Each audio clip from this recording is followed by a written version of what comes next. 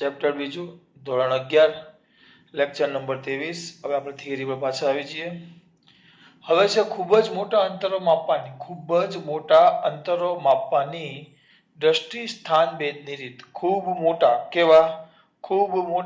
અંતરો માપવાની દ્રષ્ટિ સ્થાન ભેદની રીત. ખૂબ મોટા અંતરો માપવાની કઈ રીત છે બેટા? દ્રષ્ટિ સ્થાન ભેદની રીત. જોવાનું છે બરાબર. અવાજ ખૂબ મોટા અંતરો માપવાનું. ચલો ધારો કે પૃથ્વી છે, આપણે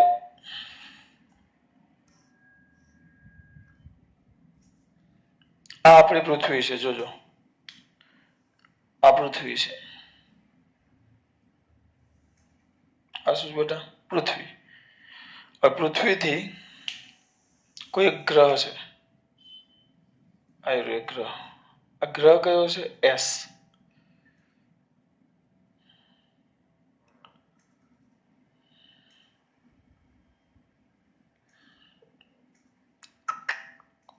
આ ગ્રહ છે. આ પૃથ્વી છે અને આ શું છે બેટા? ગ્રહ છે. દેખાવ છે ને? આ પૃથ્વી છે અને આ ગ્રહ છે. તો પૃથ્વીથી કેટલા અંતરે બેટા? આ અંતર છે, આ વચ્ચેનું. એક મિનિટ, આ અંતર છે. તો આ જે અંતર છે ને, થોડું કેવડાવશે. પછી પહેલા આપણે દોડી દઈએ, પછી કરીએ.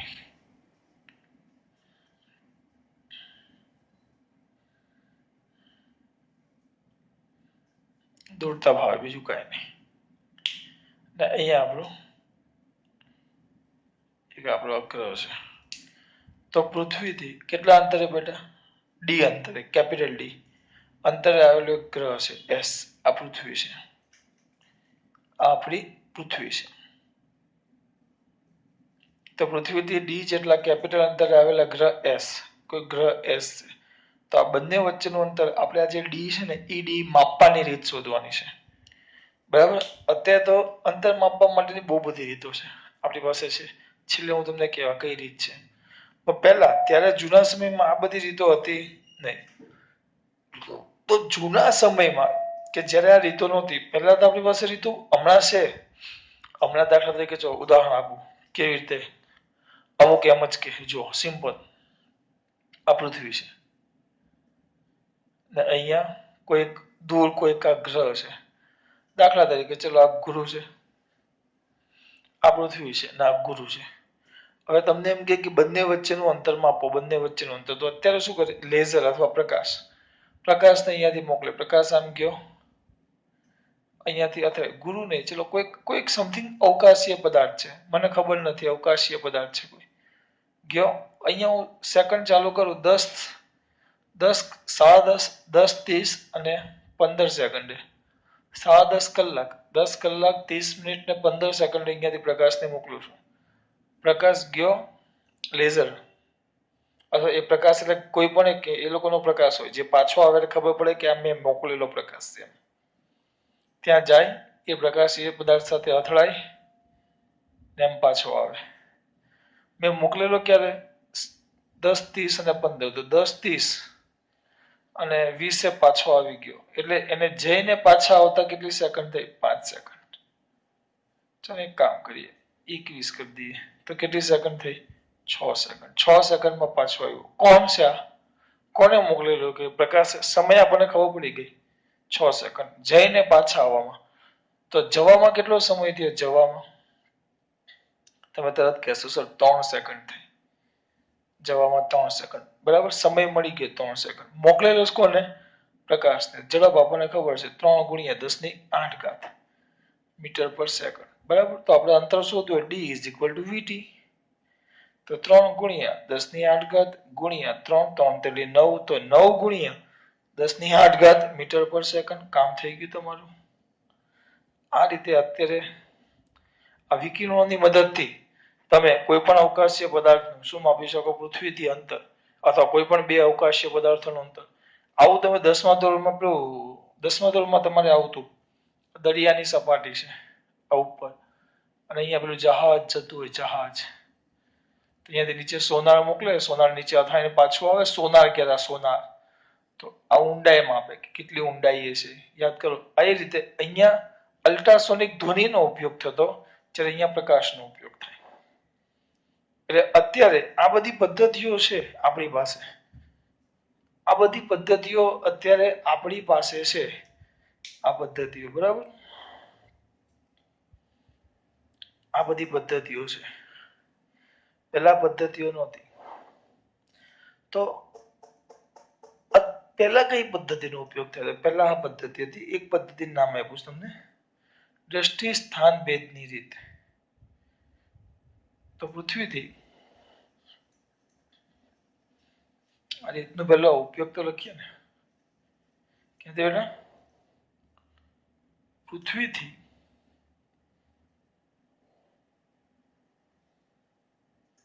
ઘણે દૂર આવેલા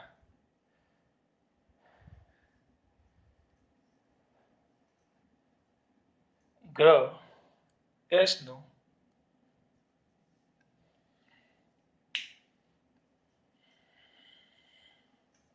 કોઈને ખાલી જગ્યા ગોઠવું છું, બીજું કઈ નથી કરતી બેટા. ક્યાંથી બેટા? પૃથ્વીથી કેવા ઘણે શું થયેલા? દૂર આવેલા ગ્રહ એસ નું અંતર, એસ ગ્રહ કેટલો દૂર છે એ અંતર માપવા માટે દ્રષ્ટિ સ્થાન ભેદની રીતનો ઉપયોગ થાય છે.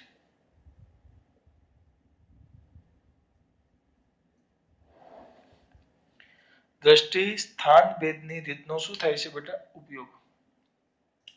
તો શેમાં દર્શાવ્યા અનુસાર? આકૃતિમાં દર્શાવ્યા મુજબ જો પૃથ્વીથી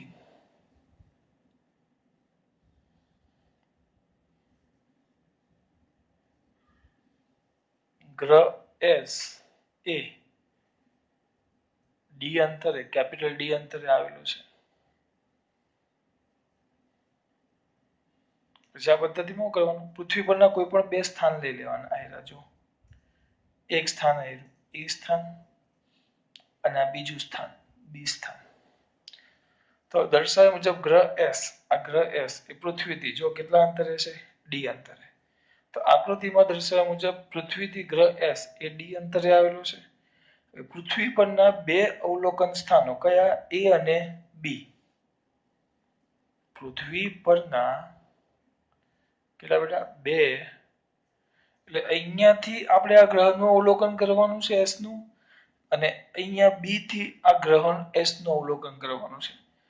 અત્યારે મેં આ અવલોકન સ્થાનો ક્યાં બતાવ્યા છે બેટા? વ્યાસ, પૃથ્વીના વ્યાસ બતાવ્યા. જો વ્યાસાંતે આવેલા છે આ બંને. એવું કમ્પલસરી નહીં કે બે આ છેડા પર જ આવે. આમ હોય અને આપણો આ ગ્રહ છે તો અહીંયાથી પણ તમે લઈ શકો.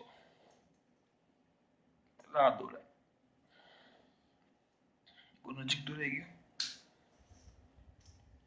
જો આપણે આ પૃથ્વી દોરી તો એવું કમ્પલસરી નથી કે બે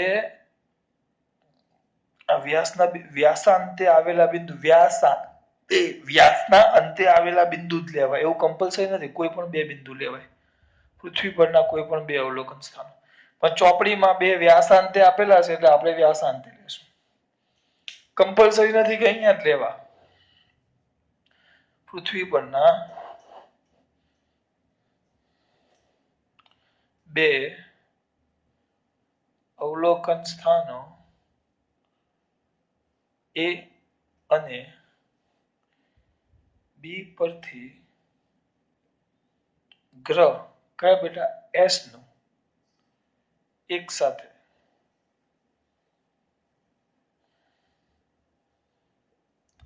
સાથે શું અવલોકન કરવામાં આવે છે? એકદમ ઝડપથી એક સાથે અવલોકન કરવાનું. આ બે જો બહુ અઘરું છે. પહેલા ખૂબ જ મોટા અંતરો માપવા માટે આ પદ્ધતિનો ઉપયોગ થાય. પૃથ્વીથી કેટલા અંતરે બેટા? પૃથ્વીથી એક ગ્રહ એસ છે જે કેટલા અંતરે છે? ડી અંતરે આવેલો છે તો ડી અંતરે આવેલો છે. હવે બે અવલોકન સ્થાનો એ અને બી પરથી ગ્રહ એસ નું એક સાથે શું કરવામાં આવે છે? અવલોકન કરવામાં આવે છે. તો અવલોકનની દિશા છે જો એ એસ અને બી એસ. તો અવલોકનની દિશા પેલા લખી નાખીએ કે એ બી વચ્ચેનું અંતર, બે અવલોકન સ્થાનો એ લોકો એને સ્મોલ બી કીધું છે. Small B. બે અવલોકન સ્થાનો એ અને બી વચ્ચેનું અંતર, બે અવલોકન સ્થાનો એ અને બી વચ્ચેનું અંતર સ્મોલ બી છે. બરાબર. હવે આ અવલોકનની દિશા જોઈ એ એક એ થી એસ, બીજી બી થી એસ. એને આ જે ગ્રહ છે ગ્રહ પાસે બંને દિશાઓ વચ્ચેનો ખૂણો કેટલો છે? થીટા. ધારી લો કે એક થીટા ખૂણો બનાવે છે.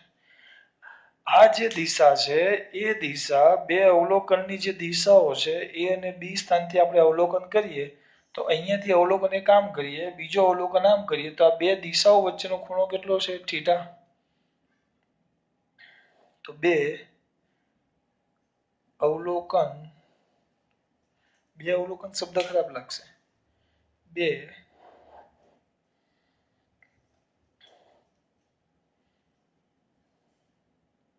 સ્થાનોથી કરેલા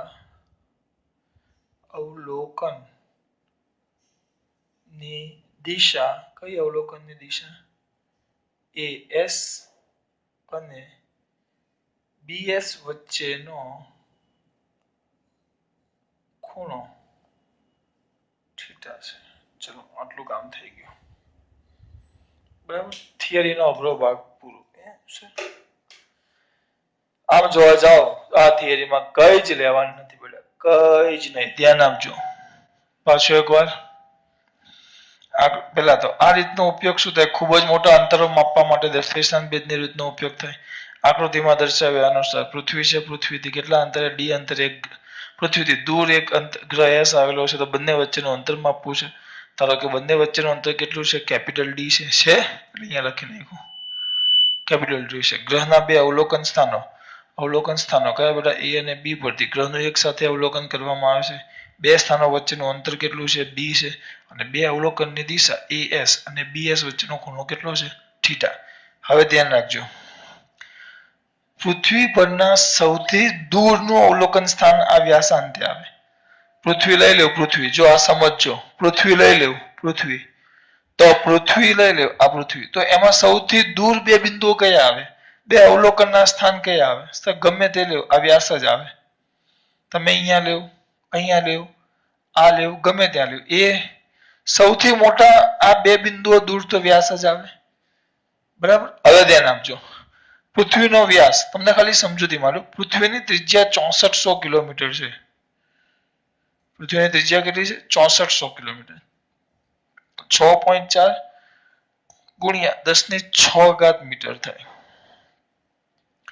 બરાબર. તો એનો વ્યાસ કેટલો થાય?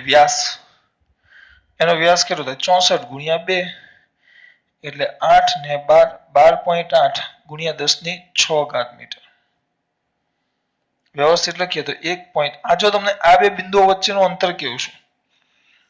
અક્ષર સીધા કાઢું, થોડુંક ઉપર લખો.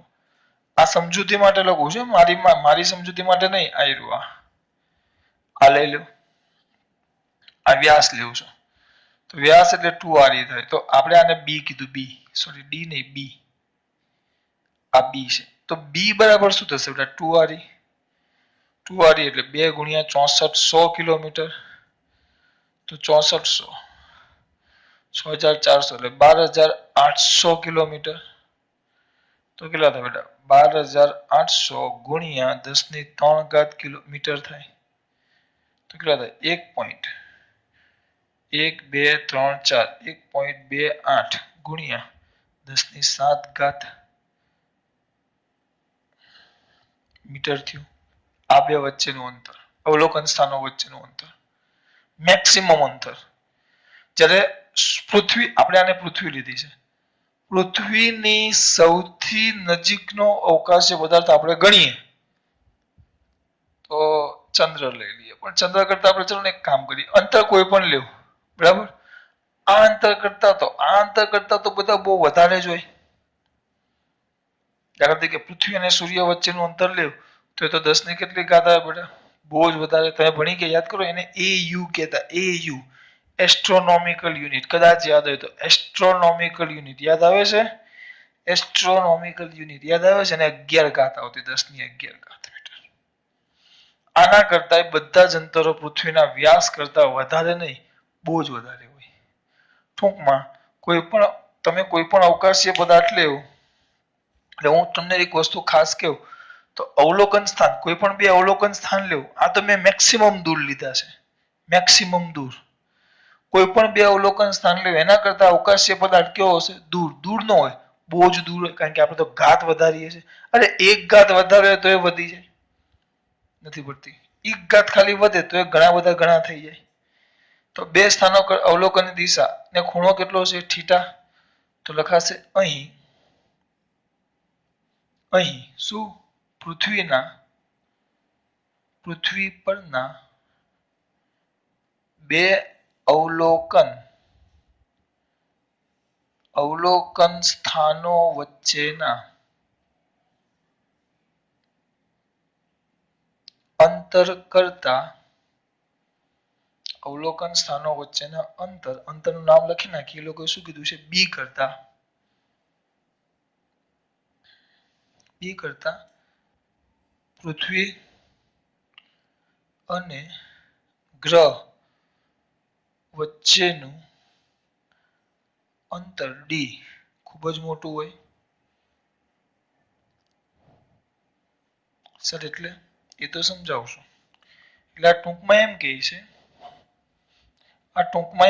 છે, કારણ કે સિમ્પલ વસ્તુ છે, પૃથ્વીના કોઈ પણ બે અવલોકન સ્થાન કરતા ગ્રહ બહુ દૂર હોવાનું તો નાના છોકરાને ખબર પડે. એટલે એનો મતલબ શું થયો બેટા? એનો મતલબ એમ થાય કે જે બી છે એ બહુ જ નાના છે, કેપિટલ ડી હોવાથી આ જે બી છે, બે અવલોકન સ્થાનો વચ્ચેનું અંતર એ ડી કરતા નાનું ન હોય. જો ગ્રેટર ધેન, આને એવું કહેવાય લેસ ધેન. એક વાર નથી, એલ નથી, આમ છે. આપણે આમ લખીએ એટલે શું થાય? બી કરતા ડી મોટો, પણ આ બે વાર વાપરવાનો. મોટો નહીં, ખૂબ જ મોટો. એટલે ડી ની સરખામણીમાં બી ને શું કરી શકાય? અવગણી શકાય હોવાથી થીટા ખૂબ જ નાનો થાય. આ શરતને કારણે જે થીટા છે ને એ બહુ જ નાનો થશે. કેવી રીતે થીટા નાનો થાય? ચલો હું તમને એ પણ સમજાવી શકું. કેમ થીટા નાનો થાય? કોઈ કહેશે મને? બહુ સિમ્પલ વસ્તુ. જો બહુ દૂર છે, જો અહીંયા તેને બહુ આમ લ્યો ને આ બિંદુ લ્યો, આમ તમને ખબર નહીં પડશે. જો બિંદુ ફિક્સ કરી નાખો, બિંદુ આ જ. હવે બે વ્યાસાંત અહીંયા નજીક છે તો ખૂણો મોટો થાય. જો થીટા. પણ હવે બિંદુઓ થોડાક દૂર લઈ જાઓ, એ જ બિંદુઓ, તો ખૂણા પર ધ્યાન આપો. ખૂણો નાનો થતો ગયો. જો થીટા જો નાનો થયો. એ જ બિંદુઓને હજી દૂર લઈ જાવ તો ખૂણો, જેમ તમે દૂર જતા જાઓ છો એ જ અંતર નથી બદલતો, તો ખૂણો નાનો થતો જશે. હજી દૂર લઈ જાવ તો અંતર એટલું જ રાખો છો તો હજી ખૂણો જો નાનો થતો જાય. હજી દૂર લઈ જાવ તો, ટૂંકમાં તમે આ બિંદુથી જેટલા દૂર જતા જશો એમ ખૂણો ધીમે ધીમે જો કમ્પ્લીટ દેખાય જ છે. જો ખૂણો નાનો થતો જાય છે, બરાબર? આપણે તો આ કેટલું દૂર લઈ ગયા? ખાલી આ કેટલું દૂર લઈ ગયા? 1 મીટર જેટલું દૂર લઈ ગયા છે. અને આપણે 1 મીટરની વાત નથી કરતા, આપણે તો ઘણા કિલોમીટરો, હજારો કિલોમીટરની વાત કરીએ, લાખો કિલોમીટરની વાત કરીએ, કારણ કે ગ્રહો વચ્ચેના અંતરોની વાત કરીએ છીએ. પૃથ્વીથી ગ્રહનું અંતર કીધું છે. તો ગ્રહો વચ્ચેના અંતરની વાત કરો તો 1 કિલોમીટરમાં, મીટરમાં ન હોય, હજારો કિલોમીટરમાં હોય. એટલે આ આપણો ખૂણો છે બી બહુ મોટા ડી હોવાથી ખૂણો નાનો ન થાય, બહુ જ નાનો થાય. યાદ રાખજો. ખબર પડે છે? જેમ દૂર જાઓ એમ ખૂણો નાનો થતો જાય. ને આપણે તો અંતર બહુ જ મોટા લેવાના છે એટલે ખૂણા કેવા થવાના? ખૂબ જ નાનો થાય. થીટા બહુ જ નાનો થાય એટલે તમે શું લઈ શકો થીટા ખૂબ જ શું થઈ જશે નાનો એટલે આટલામાં ખબર પડી થીટા ખૂબ જ નાનો થઈ જશે અને આ પરિસ્થિતિના કારણે આ જૂની પદ્ધતિ છે એટલે એઝ્યુમ કરેલું છે આમાં 100% સાચી માહિતી નથી મળતો જવાબ 100% પરફેક્ટ આવતો નથી પણ અંદાજે આવવું હોય એવું ખબર પડે જો એટલે આ રીત છે આ રીતમાં બધી પદ્ધતિઓમાં થોડીક એટલે બહુ અઘરી રીત છે પણ આ તમને ટૂંકમાં 2 મિનિટમાં સમજાવી દીધી છે એટલે થોડુંક તમને એવું થશે કે સર આ કેમ આવ્યું એ પ્રયત્ન હું કરું છું મારી રીતે બરાબર તમને કીધું આ ખૂણો કેમ નાનો થાય મેં તમને સમજાવ્યું તમે ખાલી અહીંયાથી અહીંયા આવે આ બિંદુ અહીંયા હોય તો ખૂણો આટલો થાય એટલું જ અંતર દૂર લઈ જતો જે ખૂણો નાનો થાય જેમ દૂર જશે એમ ખૂણો કેવો થતો કે નાનો તો આપણે આ જે ગ્રહ છે એનાથી તો આમાં બહુ નજીક દર્શાવ્યું છે પણ ખરેખર આટલું દૂર નથી આ ગ્રહ છે ને પૃથ્વી છે તો પૃથ્વીના 2 સ્થાનોએ તમે ઊભા હોય હું અહીંયા ઊભો હોય તમારો દોસ્તાર બીજો કોઈ અહીંયા ઊભો હોય ત્યાંથી કોઈ ગ્રહને જોડતી રેખા દોરો ત્યાંથી અહીંયાથી એક રેખા જવા દેવાની ને અહીંયાથી ચલો આ 2 છે તો અહીંયાથી ગ્રહને જોડતી રેખા દોરો અહીંયાથી આ મોબાઈલને જોડતી ને ગ્રહને જોડતી એટલે કેટલું દૂર થાય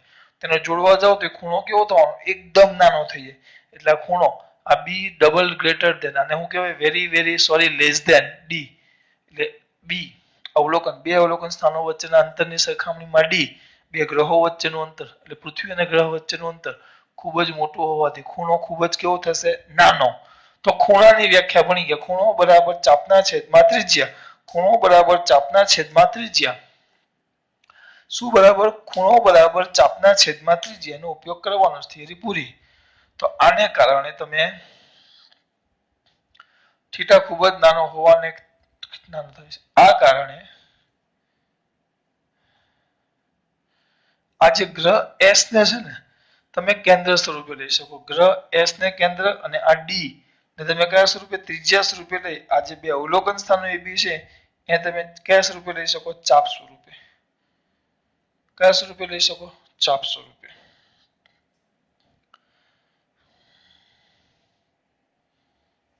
આ છે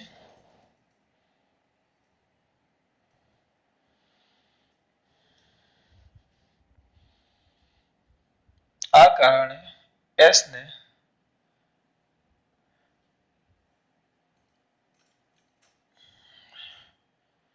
S કેન્દ્રવાળા અને ડી ત્રિજ્યાવાળા વર્તુળની ચાપ બી લઈ શકાય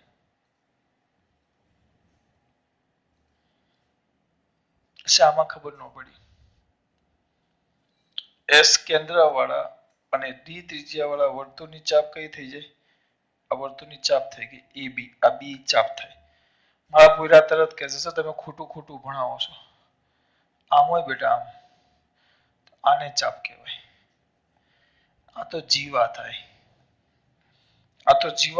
અને આ ચાપ થાય બેટા સર તમે બહુ ભણાવો છો પણ બેટા તમને કીધું ધારવાનું છે કારણ કે અહીંયા તમે જે જોવો છો ને બહુ નાના અંતર છે બેટા આપણે તો યાર બહુ મોટા અંતર જ્યાં બોર્ડ ઉપર કે જે તમે તમારી કલ્પના પણ લઈ શકો એમ નથી બહુ જ મોટા અંતરો છે દાખલા તરીકે આ દોર્યું આમ થોડું છે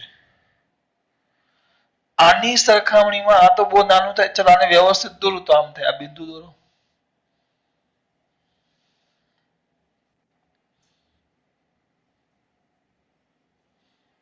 સરા આ એક ખોટું છે કેમ કારણ કે આ ડી કેપિટલ ડી અને આ બી તો આમાં શું કહેવાય બી એ ડી કરતા નાનો છે એમ કહેવાય આપણે તો બહુ જ નાનો તો કેમ દોરે હજી વ્યવસ્થિત દોરીએ તો આમ થશે જો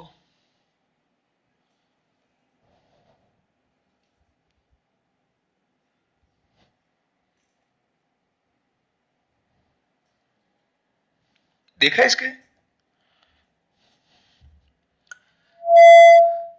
દેખાય છે સર બહુ કઈ હરખું જ દેખાવા લાગ્યું તો બેટા એ જ મેન છે હું તમને ક્યારનું એ તો કેવું છું કે આ બધું એક સરખું જ થઈ જાય. કારણ કે આ અંતર હોતું નથી નાનું છે. આ તો આપણે બોર્ડમાં અંતર સમાયું છે. બોર્ડમાં અંતર આવે જ નહીં. આપણે તો બહુ મોટો ફરક આવે. કેમ? અવલોકન સ્થાન વચ્ચેનું અંતર અને ગ્રહ વચ્ચેનું અંતર બે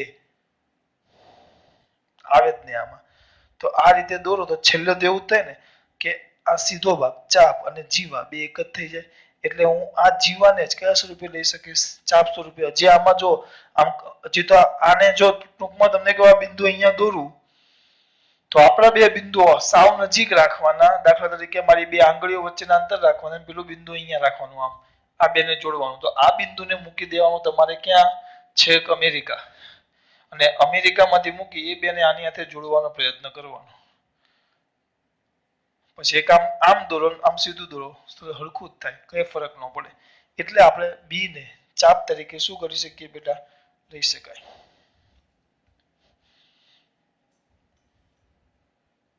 આ સમજાવું છું એટલે વાર લાગે છે. બરાબર. તો ખૂણાની વ્યાખ્યા હતી. શું હતી દીકરા ખૂણાની વ્યાખ્યા? ખૂણાની વ્યાખ્યા તો ખૂણો બરાબર ચાપના છેદમાં ત્રિજ્યા. ખૂણો થીટા બરાબર ચાપ.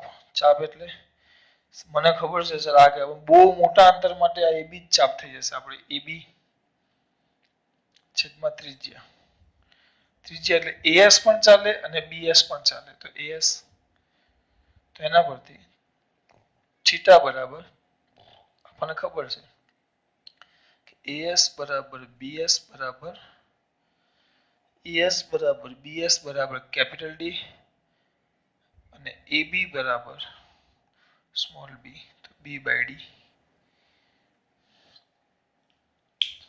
તો theta is equal to B by D. આ સૂત્ર યાદ રાખજો. આ તમારું આવી ગયું દ્રષ્ટિ સ્થાન ભેદની રીતનું સૂત્ર. દ્રષ્ટિ સ્થાન ભેદની રીતનું સૂત્ર. Theta is equal to B by D. બગડેલી બાય ડી. બગડેલી બાય ડી. બગડેલી by D. Theta is equal to બગડેલી બાય ડી. ખાલી યાદ રાખવા માટે. બી બાય ડી રાખવાનું. અમુકને પાછું ખોટું લાગશે સર આવું થોડું બોલાય.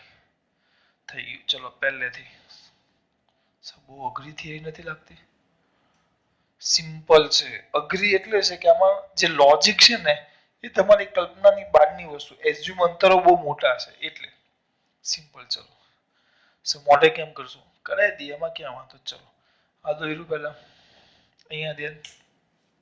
પૃથ્વીથી ઘણે દૂર એક પૃથ્વીથી દૂર આવેલા ગ્રહ એસ નું પૃથ્વી અને ગ્રહ વચ્ચેનું શું માપવાનું છે આપણે? અંતર. માપવા માટે દ્રષ્ટિ સ્થાન ભેદની રીતનો ઉપયોગ થાય છે. પૃથ્વીથી કેટલા અંતરે? ડી અંતરે એક ગ્રહ કયો આવેલો છે? એસ. પૃથ્વી પરના બે અવલોકન આ ગ્રહ એસ આવેલો છે. પૃથ્વી પરના બે અવલોકન સ્થાનો એ અને બી પરથી ગ્રહ એસ નું શું કરવામાં આવે? એક સાથે શું કરવામાં આવે છે? અવલોકન. આ બે સ્થાનો વચ્ચેનું અંતર કેટલું છે? Small B. અને બે અવલોકનની દિશા એ એસ અને બી એસ વચ્ચેનો ખૂણો કેટલો છે? થીટા. ખૂણો કેવો છે? થીટા.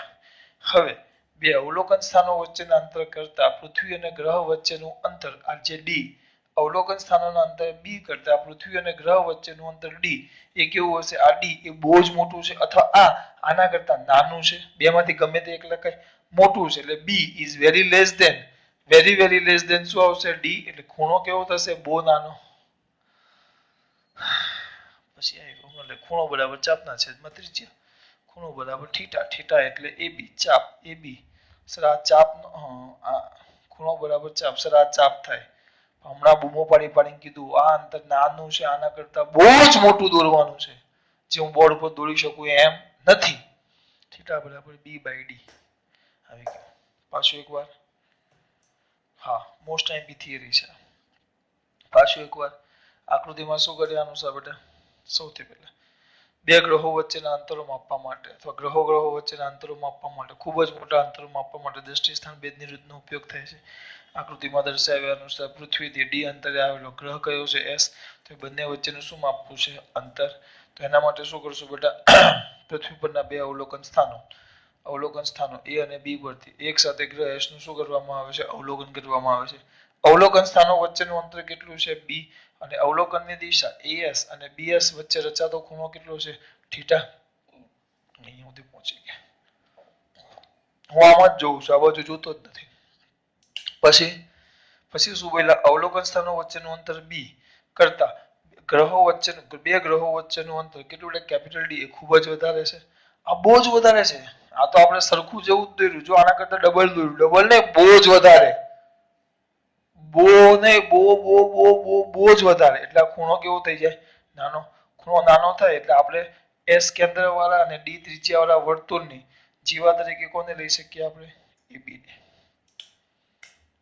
સો જીવા ક્યાં ચાપ તરીકે એબી ની જગ્યાએ લોકો આ બી લખ્યું પછી ખૂણો બરાબર ખૂણાની વ્યાખ્યા ખૂણો બરાબર ચાપના છેદમાં ત્રિજ્યા ખૂણો બરાબર ચાપના છેદમાં ત્રિજ્યા વાર્તા પતી ગઈ થીટા બરાબર બી બાય ડી આ સૂત્ર થીટા બરાબર બી બાય ડી બગડેલી બાય ડી આ થઈ ગયું ખૂબ મોટા અંતરો માપવાની દ્રષ્ટિ સ્થાન ભેદની રીત આના પરથી દાખલા છે ધ્યાન આપજો આ સૂત્ર યાદ રાખવાનું થીટા બરાબર બી બાય ડી બી એટલે અવલોકન સ્થાનો વચ્ચેનું અંતર અને ડી એટલે ગ્રહ બે ગ્રહ પૃથ્વી અને ગ્રહ વચ્ચેનું અંતર theta is equal to B by D બગડેલી બાય ડી જોઈ લો હવે બીજી એક રીત છે આ જ આવશે બેઠું પણ એને કહેવાય ગ્રહોનું શું માપવાનું પરિમાણ માપવાની રીત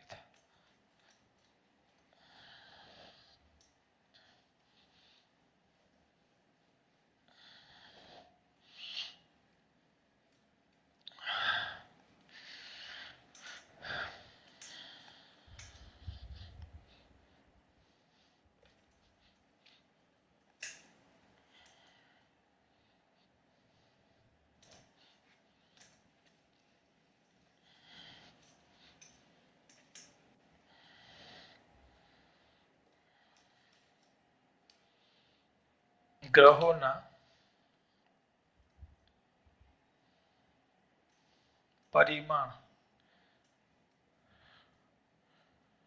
માપવાની રીત એમાં આવશે ગ્રહનો કોણીય વ્યાસ ગ્રહનો કયો વ્યાસ કોણીય વ્યાસ કોનો ગ્રહનો પહેલા વ્યાખ્યા છે હવે આપણે આ પૃથ્વી છે ધ્યાન આપજો આ પૃથ્વી છે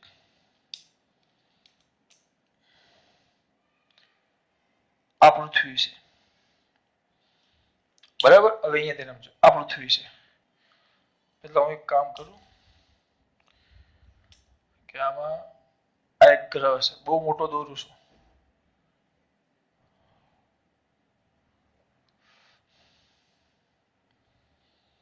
થોડુંક સ્કેલ વગર છે ને આગું પાછું થઈ જાય છે બેટા આગું વિથ પાછું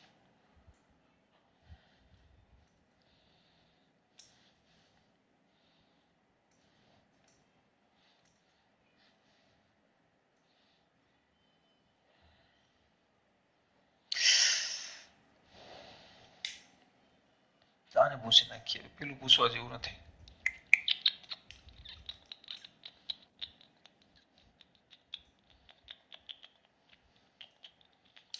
આ ગ્રહ છે આ પૃથ્વી છે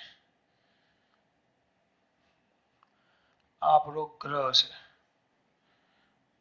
આ વ્યાસ છે વ્યાસ તો વ્યાસાંતે આવેલા બિંદુ એ અને બી છે વ્યાસાંતે વ્યાસના અંતે આવેલા બિંદુઓ છે અને આ પૃથ્વી પરનું કોઈ અવલોકન સ્થાન છે પી પૃથ્વી પરનું કોઈ અવલોકન સ્થાન પી છે આ ગ્રહ અને પૃથ્વી છે બરાબર હવે અહીંયા ધ્યાન આપો તો તમારે આ ગ્રહનો વ્યાસ માપવાનો છે પહેલા શબ્દ વાપરો છે કોણીય વ્યાસ તો આને આલ્ફા કહેવાય આ ખૂણો છે ને એને આલ્ફા કહેવાય આલ્ફા આ જે છે ને આને ગ્રહનો વ્યાસ સ્મોલ ડી કહેશું આપણે આ એ બી સ્વાભાવિક સિમ્પલ નાના છોકરાને ખબર પડે આ ગ્રહને ગોળ લઈએ તો આ ગ્રહનો વ્યાસ થાય પણ મેં શબ્દ આલ્ફા આલ્ફાને મેં એક નવો શબ્દ આપ્યો કોણીય વ્યાસ ધ્યાન આપજો આલ્ફાને કયો વ્યાસ કીધો મેં બેટા કોણીય વ્યાસ કોને આલ્ફાને કયો વ્યાસ કીધો મેં કોણીય વ્યાસ તો કોણીય વ્યાસ એટલે શું તો જો ધ્યાનથી જુઓ કયા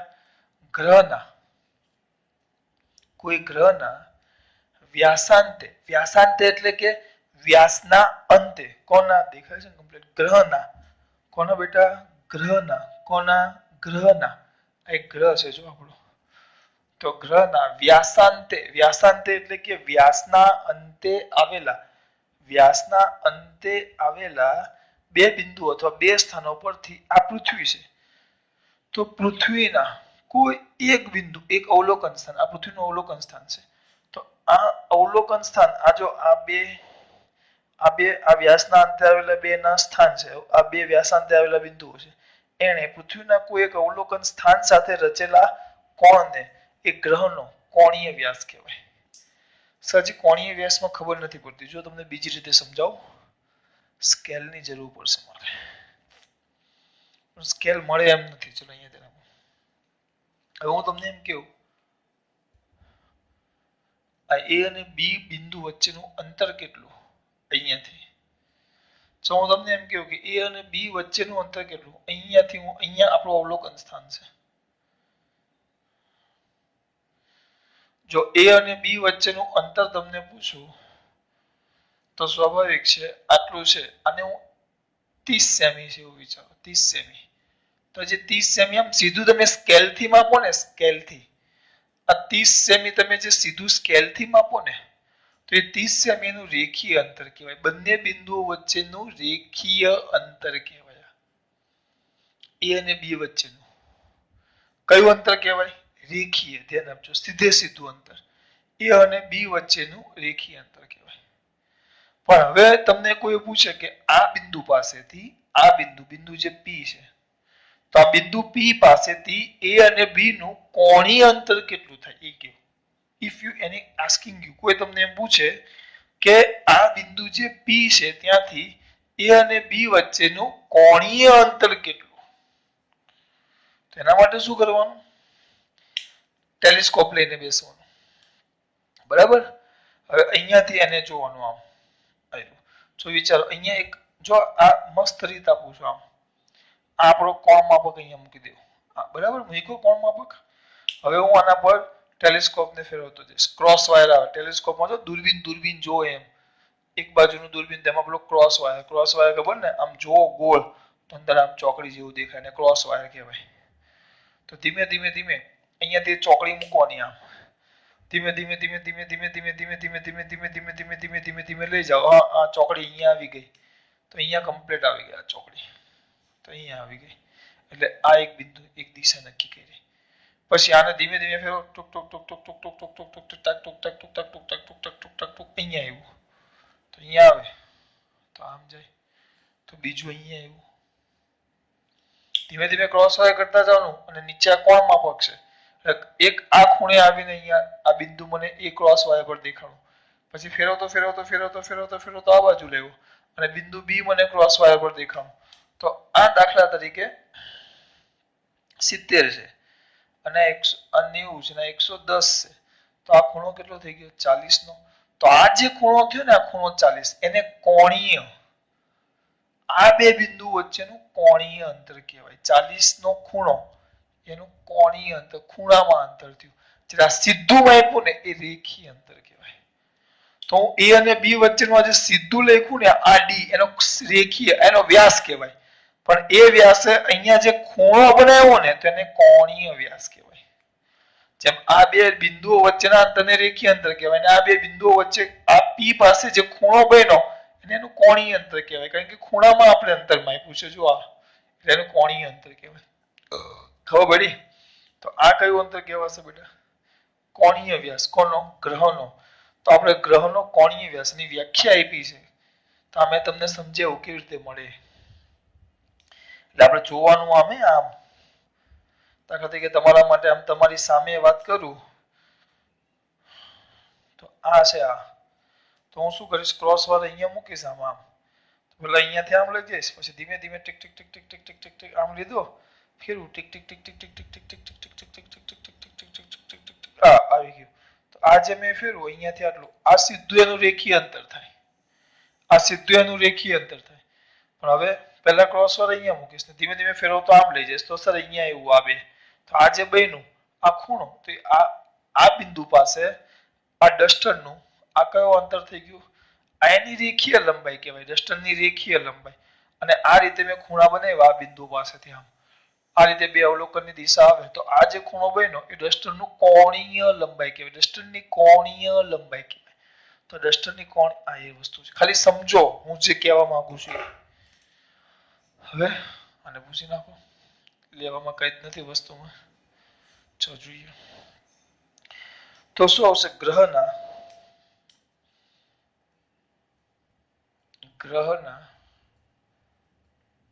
વ્યાસ પરના બે બિંદુઓ. ગ્રહના કયા બેટા? વ્યાસ પરના કેટલા બિંદુઓ બેટા? ગ્રહના વ્યાસ પરના બે બિંદુઓ વડે અથવા ગ્રહના વ્યાસ વડે પૃથ્વી પરના કોઈ અવલોકન સ્થાન સાથે રચાયેલા બે બિંદુઓ. ગ્રહના વ્યાસ પરના બે બિંદુઓ. વ્યાસ, કારણ કે આપણે શબ્દ કોણીય વ્યાસ વાપરવો છે, કોણીય અંતર નથી વાપરવું, કોણીય વ્યાસ વાપરવો છે. કોણીય વ્યાસ એટલે બિંદુ કયા હોવા જોઈએ? વ્યાસના અંતે જ આવેલા હોય છે. તો ગ્રહના વ્યાસ પરના અથવા વ્યાસાંતે આવેલા બે બિંદુ એમ પણ વાપરી શકો. વ્યાસાંતે, વ્યાસ વત્તા અંત, વ્યાસના અંતે. તો વ્યાસ પરના બે બિંદુઓ, બરાબર. આ બે બિંદુ ગ્રહ પરના કોઈ, પૃથ્વી પરનું કોઈ બિંદુ કયું બેટા? અવલોકન સ્થાન કયું? પી. તો એને આ પી સાથે રચેલા.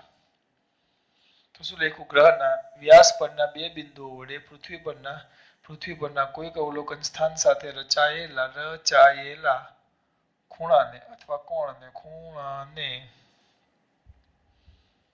ગ્રહનું કોણીય ગ્રહનો શબ્દ ધ્યાન આપો. ગ્રહનો કોણીય વ્યાસ કહેવાય.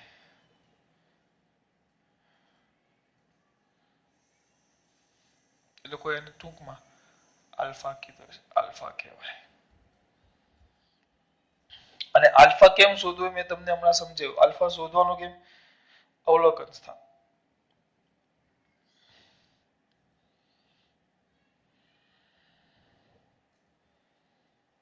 ગ્રહનો કોણીય વ્યાસ શું કરવા બેટા? શોધવા માટે આકૃતિમાં દર્શાવ્યા મુજબ પૃથ્વી પરના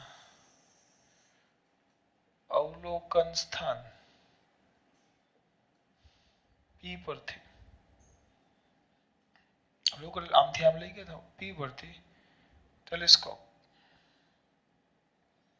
ટેલિસ્કોપને બિંદુ એ થી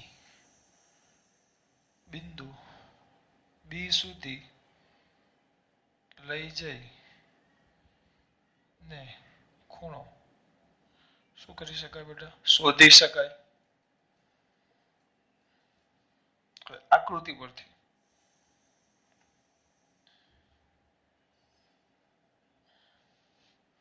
આમાં એ જ આવશે કે ડી, આ જે ડી છે કોઈ પણ ગ્રહનો વ્યાસ એ ગ્રહ અને પૃથ્વીના અંતરની સરખામણીમાં નાનું છે. એ બહુ જ નાના છે, કેપિટલ ડી. આને ડી કહેશું. બે ગ્રહો વચ્ચેના અંતરને આપણે ડી કીધેલું. ડી હોવાથી ખૂણો એ જ મુદ્દો પાછો આવશે. ખૂણો કેવો થશે? ખૂબ જ નાનો થાય.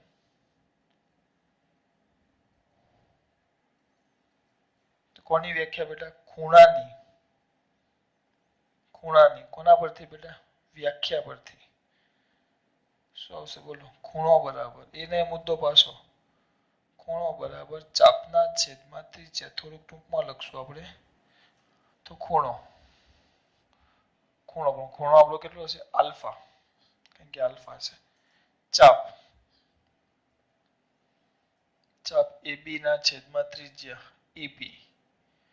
તો D/D, આલ્ફા બરાબર D/D, જ્યાં D એ બે ગ્રહો વચ્ચેનું અંતર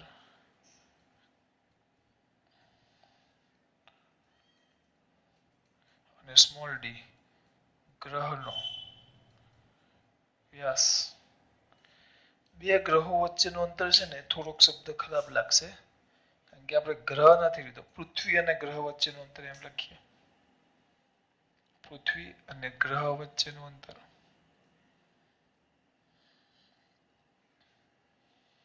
અને સ્મોલ d બરાબર ગ્રહનો વ્યાસ, કારણ કે બે ગ્રહ લખો તો બે માંથી કોની વાત કરે ખબર ન પડે, એટલે અલગ કરવા માટે લખ્યું પૃથ્વી અને ગ્રહ વચ્ચેનું અંતર. આ અંતર છે કેવી રીતે મળે? જો આ અંતર છે આપણને ડી એ દ્રષ્ટિ સ્થાન ભેદની રીત પરથી મળી જાય, અને આ આલ્ફા આલ્ફા તો પૃથ્વી પરથી આપણે માપ્યો છે તો આલ્ફા એ મળી જાય. આ જે ડી છે ડી જો ધ્યાન આપજો, નોંધ માટે લખું છું. જે ડી છે એ ડી દ્રષ્ટિ સ્થાન ભેદની રીતથી મળે. એ દ્રષ્ટિ સ્થાન ભેદની રીતથી તમે મેળવી શકો આગળની પદ્ધતિ પ્રમાણે. આલ્ફા આલ્ફાને તમે ટેલિસ્કોપની મદદથી મેળવી શકો. એટલે એના પરથી તમે ઉપર જુઓ તો D is equal to alpha D મળી ગયો તમને. Small D is equal to alpha D, તો આ મળી ગયું. તેના પરથી તમને ગ્રહનો શું મળી ગયો? વ્યાસ. ચલો ગ્રહનો વ્યાસ મેળ્યો. ગ્રહનો શું મેળ્યો? વ્યાસ. નાના છોકરાને આવડે ગ્રહનો વ્યાસ મેળ્યો, ડી મેળ્યો. તો ગ્રહની ત્રિજ્યા પણ મળે. ત્રિજ્યા શું આવે? આર. આર બરાબર તો ડી બાય 2 પણ મળી જાય. ગ્રહની ત્રિજ્યા મળે તો ગ્રહનું કદ એટલે કે એનું પરિમાણ પણ મળે. ગ્રહ મોટે ભાગે આપણે ગોળ લઈએ છીએ તો 4/3 પાય આર ક્યુબ. ખબર પડે આમ બધું વસ્તુ શું થાય.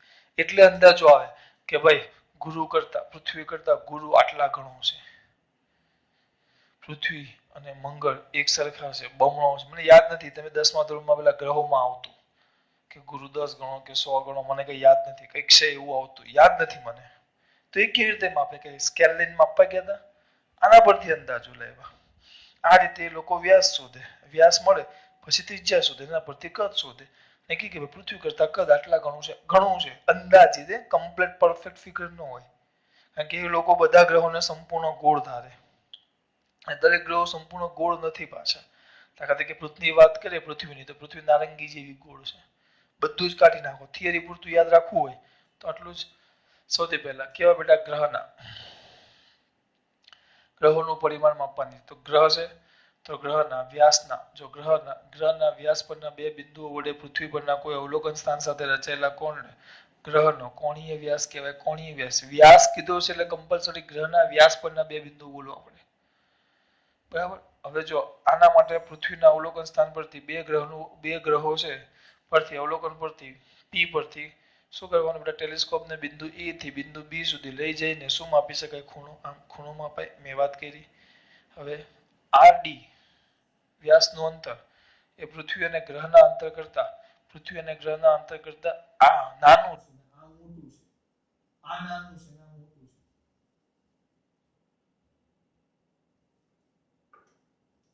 આ નાનું છે અને આ મોટું છે. આ નાનું, આ મોટું. તો ખૂણો નાનો થાય, ખૂણો બરાબર ચાપના છેદમાં ત્રિજ્યા. ખૂણો બરાબર ચાપ, ચાપ એટલે AB ના છેદમાં ત્રિજ્યા એટલે AB. તો D by small d by capital D. અને આ ખાલી માહિતી જો. એટલે હવે આ કિંમત તમને મળી, આ મળે તો D એ દ્રષ્ટિ સ્થાન ભેદની રીત પરથી મળી જાય. વ્યાસ તમારે શોધવાનો છે આલ્ફા. આલ્ફા તો હમણાં કીધું ટેલિસ્કોપ નામ ફેરવો એટલે આલ્ફા મળી જાય. હમણાં આગળ ઉદાહરણ આપ્યું. આલ્ફા અને ડી મળી ગયો, તેના પછી તમને શું મળી જશે? ગ્રહનો વ્યાસ મળ્યો. ગ્રહનો વ્યાસ મળે તો ત્રિજ્યા r બરાબર d/2 ત્રિજ્યા મળી ગઈ. ત્રિજ્યા મળે તેના પરથી શું મળશે? કદ 4/3 પાય r. બે થિયરી કામની છે. સૂત્ર યાદ રાખવાના. એકનું સૂત્ર, બે સૂત્ર થયા. જો પેલું કે દ્રષ્ટિ સ્થાન ભેદની રીત, તો થીટા બગડેલી બાય ડી અને આલ્ફા કોણીય વ્યાસ કે તો ડાઈ બાય ડી. થીટા કે તો બગડેલી by D, B by D બીજી બાય ડી એમને બગડેલી બાય ડી, એમાં ડી બાય ડી, ડાઈ બાય ડી, બગડેલી બાય ડી બધી ભાઈ યાદ રાખવા માટે અગર એમનો પણ યાદ રહે ડી બાય ડી. મને તો આકૃતિ પરથી યાદ રહે. આકૃતિ જુઓ, એની આકૃતિ યાદ રાખો તો 2 મિનિટમાં યાદ રહી જાય. આવું બધું કઈ કરવાની જરૂર નથી. પેલામાં શું હતું? પેલા આવે છે આયસ અને આ પૃથ્વી, આમ દોરતા તો આને ડી કહેતા સ્મોલ અને કેપિટલ ડી. આ થીટા, તો થીટા બરાબર ચાપના છેદમાં ત્રિજ્યા. અત્યારે આમ છે તો આલ્ફા આપણા માટે, સોરી અને એ લોકો ડી કીધો છે. તમે ડી કહો તોય ચાલે કારણ કે વ્યાસ જ છે. તો ડી બાય ડી આલ્ફા આ ડી અને આ ડી તો alpha is equal to D by D ટૂંકમાં હું આમ યાદ રાખું છું થીટા બરાબર બગડેલી બાય ડી અને આલ્ફા બરાબર ડાઈ બાય ડી થીટા બરાબર બગડેલી બાય ડી આલ્ફા બરાબર ડાઈ થીટા બરાબર બગડેલી બાય ડી આલ્ફા બરાબર ડાઈ બાય ડી તો બે થિયરી બે વાર લખી એકવાર નોટમાં એકવાર રફમાં મોઢે કરજો અગત્યની છે અગત્યની નહીં બહુ જ અગત્યની છે દાખલા આવશે ઘણા બધા ચલો ખાસ વાત